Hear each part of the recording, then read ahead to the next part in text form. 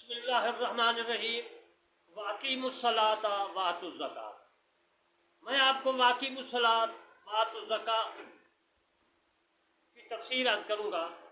اللہ تبارک و تعالیٰ نے فرمایا کہ نماز قائم کرو، زکوٰۃ دو، اور اب میں آپ کو نماز عصر جو ہے جلدی پڑھنے اور تاخیر پڑھنے کے متعلق حدیث پاک سے روشن عرض کروں گا۔